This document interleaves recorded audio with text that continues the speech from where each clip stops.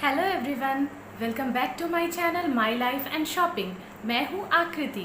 कैसे हैं आप सब लोग? मेरे साथ कमेंट में ज़रूर शेयर करिएगा। और मैं अपने घर पे आई हुई हूँ। आप लोगों को लास्ट व्लॉग देखकर तो पता चल गया होगा मैं यहाँ क्यों आई हूँ, ये भी आपको पता चल गया है क्योंकि छठ पर्व का अवसर है और बिहार में छठ पर्व काफ़ी धूमधाम से मनाया जाता है। और मैं रहती हूँ कोलकाता में, तो मैं कोलकाता से बिहार आई हूँ छठ पर्व मनाने। मेरी मम्मी छठ करती है और छठ जो है वो 4 दिनों का महापर्व होता है। नहाए खाए के साथ छठ की शुरुआत होती है। तो कल यानी कि 18 नवंबर को नहाए खाए था और आज जब मैं ये वीडियो शूट कर रही हूँ तो आज है 19 नवंबर और आज है खरना। खरना के दिन रोटी और खीर से, उसके साथ ही साथ फल के साथ सूर्य भगवान और छठ माता को अर्घ दिया जाता है। जो व्रती होती हैं वो दिन भर उपवास रखती हैं और शाम के समय उनके जितने भी अर्घ होते हैं उस अर्घ को निकालकर सूर्य भगवान को अर्पित करती हैं। और उसके बाद व्रती महिलाएं या पुरुष जो भी होते हैं वो खीर और रोटी के साथ अपना व्रत खोलते हैं और उसके बाद फिर वो निर्जला हो जाते हैं और नेक्स्ट डे होता है शाम का अर्घ। तो आज है खरना और खरना का कुछ वीडियो क्लिप मैं आपके साथ शेयर करूंगी। दोस्तों, ये व्लॉग जो है वो छठ पर्व पर आधारित होने वाला है। तो अगर आप छठ पर्व के बारे में और अधिक जानकारी लेना चाहते हैं तो इस वीडियो को पूरा देखिए, किस तरीके से हम लोग छठ पर्व सेलिब्रेट करते हैं। और अगर वीडियो लंबा हो जाएगा तो इस वीडियो को मैं 2 पार्ट में आपके साथ शेयर करूंगी। तो चलिए मेरे साथ कि छठ पर्व यानी कि खरना की शुरुआत किस तरीके से हुई मेरे यहाँ, वो मैं आपके साथ शेयर करती हूँ। दोस्तों, आज खरना का दिन है और आज के दिन सुबह से मेरी मम्मी ने व्रत रखा है, उपवास रखा है और शाम के समय लगभग 3 बजे के आसपास उन्होंने खीर बनाई है। खीर बनाने के बाद वो रोटी बना रही हैं। जितना जिसका अर्घ होता है उस हिसाब से दोगुनी रोटी बनाई जाती है। जैसे जिसका 4 अर्घ होता है तो वो 8 रोटी बनाकर सूर्य भगवान और छठ माता को अर्घ अर्पित करते हैं। उसके अलावा फल और खीर के साथ सूर्य भगवान को अर्घ अर्पित किया जाता है। आप आगे देखिएगा तो आपको समझ में आ जाएगा किस तरीके से रोटी और खीर और फल के साथ अर्घ दिया जाता है। तो यहाँ मम्मी वही रोटी बना रही हैं अर्घ की तैयारी के लिए।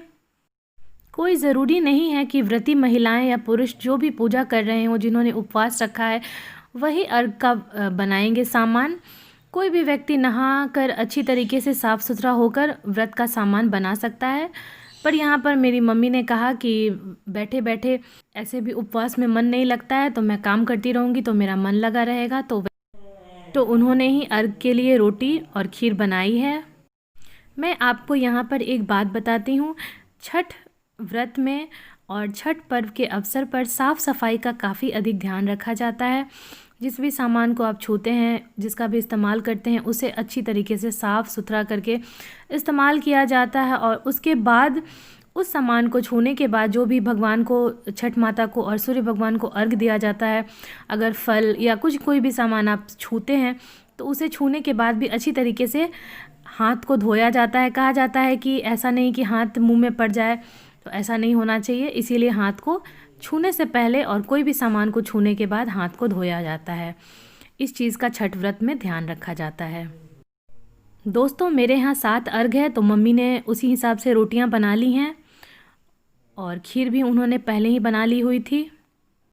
और शाम के वक्त पूजा शुरू होती है, यानी कि सूर्य भगवान और छठ माता को अर्घ दिया जाता है। तो पूजा की तैयारी करने से पहले मैंने मम्मी को सिंदूर लगाया और उन्होंने मुझे भी सिंदूर लगाया है। यहाँ पर देखिए मम्मी ने, यहाँ पर देखिए मम्मी का 7 अर्घ है तो उस हिसाब से रोटी और खीर निकाल लिया है। इसे हमारे यहाँ न्योज कहा जाता है, तो न्योज मम्मी ने निकाल लिया। और साथ ही साथ वो अलग से जो केला रखा हुआ है, वो हमारे बगल में एक आंटी रहती हैं, उनके यहाँ व्रत नहीं करना था तो उन्होंने मम्मी को व्रत दिया था। मम्मी से कहा था न्योज निकालने के लिए, तो उनका न्योज फल से निकला है, तो वो साइड में केला रखा हुआ है उनके हिसाब से। न्योज निकालने के बाद जिस तरीके से हम भगवान की पूजा करते हैं उसी तरीके से धूप बत्ती, अगरबत्ती, दिया वगैरह जलाए जाते हैं। फूल से छठ माता और सूर्य भगवान को की पूजा की जाती है। और उसके बाद साथ ही साथ यहाँ पर होम भी किया जाता है, तो होम की व्यवस्था भी हो रही है। होम के साथ ही पूजा समाप्त होता है, भगवान को भोग लगाया जाता है। तो मेरे डैडी जो हैं यहाँ पर होम के लिए लकड़ी की व्यवस्था कर रहे हैं। लकड़ी यहाँ पर जल चुकी है। उसके बाद मम्मी जो है वो पानी से इस तरीके से न्योछ रही हैं। हम लोग अपनी भाषा में प्रसाद को न्योछना, जब प्रसाद भगवान को अर्पित कर दिया जाता है तो इस तरीके से पानी से उसे न्योछ देते हैं। और उसके बाद व्रती महिलाएं जो होती हैं, जो या पुरुष जो भी होते हैं, वही सबसे पहले होम करते हैं। तो मम्मी यहाँ पर मेरी होम कर रही हैं।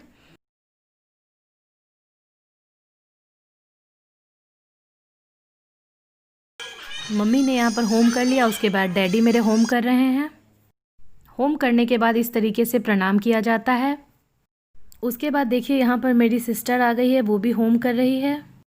अब मेरी दादी माँ आई हैं हवन करने के लिए, तो मम्मी उनकी सहायता कर रही है क्योंकि काफ़ी अधिक उम्र की हैं वो। 85 के आसपास उनकी उम्र है और उन्हें देखने में थोड़ी तकलीफ़ होती है। तो दादी माँ के ने यहाँ पर होम किया है, उसके बाद मैंने होम किया और फिर मैंने भी प्रणाम कर लिया है छठ माता और सूर्य भगवान को। तो घर के सभी सदस्य जब होम कर लेते हैं, उसके बाद प्रसाद को 10 मिनट तक के लिए छोड़ दिया जाता है। उसके बाद मम्मी ने मेरी प्रसाद को उठा लिया है और उसके बाद अपने प्रसाद को उन्होंने अलग कर लिया है और सभी को खाने के लिए फिर प्रसाद दे दिया। इस तरीके से खरना का पूजा यहाँ संपन्न हुआ और सभी लोगों ने प्रसाद खाया। प्रसाद बहुत ही स्वादिष्ट था।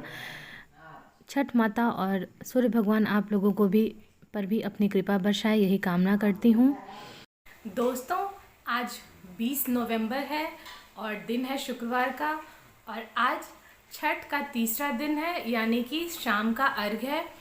तो सुबह उठकर मैंने जो भी खाना वगैरह बनाना था वो सब बना लिया है। हम लोगों ने नाश्ता भी कर लिया है और मम्मी सुबह से उठकर ठेकुआ बना रही हैं। तो मैं उनकी थोड़ी सी हेल्प कर दूंगी ठेकुआ बनाने में और छानने में। तो चलिए मेरे साथ देखिए, ठेकुआ बनाते हैं और उसके बाद किस तरीके से फल फूल वगैरह को धोकर अर्घ का सामान तैयार करेंगे शाम के अर्घ के लिए। तो वीडियो में बने रहिए और चलिए मेरे साथ देखिए छठ पर्व हम लोग किस तरीके से सेलिब्रेट करते हैं।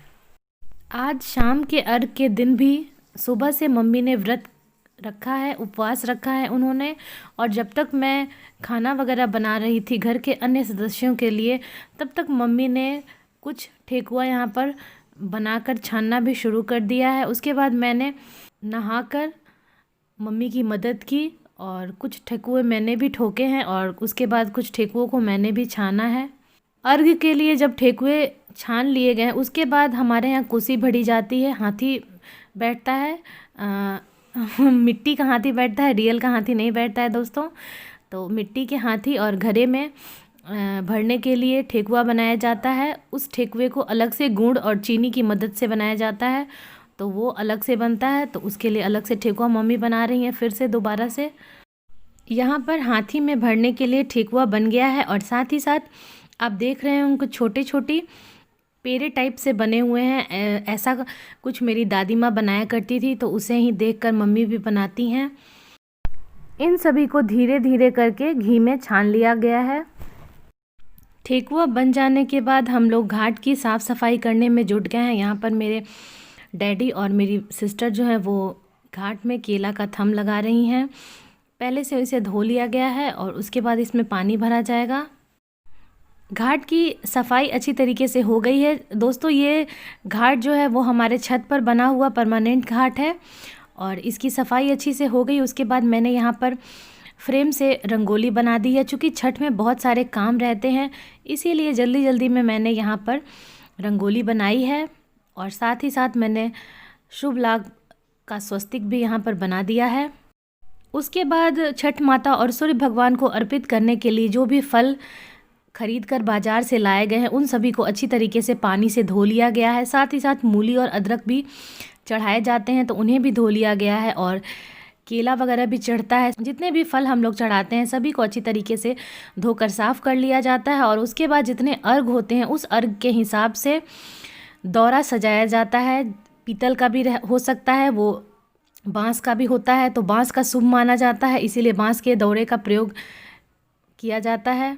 इसके अलावा पीतल के बर्तन भी उपयोग में लाए जाते हैं। तो यहाँ पर मेरी मम्मी जो है वो डाला सजा रही हैं। डाला को अच्छी तरीके से सजा लिया गया है और उसे शाम में घाट पर जाने की तैयारी शुरू हो जाती है। तो दोस्तों, आज का ये वीडियो जो है वो काफ़ी लंबा हो गया है। तो नेक्स्ट वीडियो में मैं आपके साथ छठ पर्व में शाम का अर्घ और सुबह के अर्घ का वीडियो ज़रूर शेयर करूंगी, तो मेरे साथ वीडियो में बने रहिए। नेक्स्ट वीडियो मैं आपके साथ जल्द ही शेयर करूंगी। तब तक के लिए स्टे कनेक्टेड। Bye bye.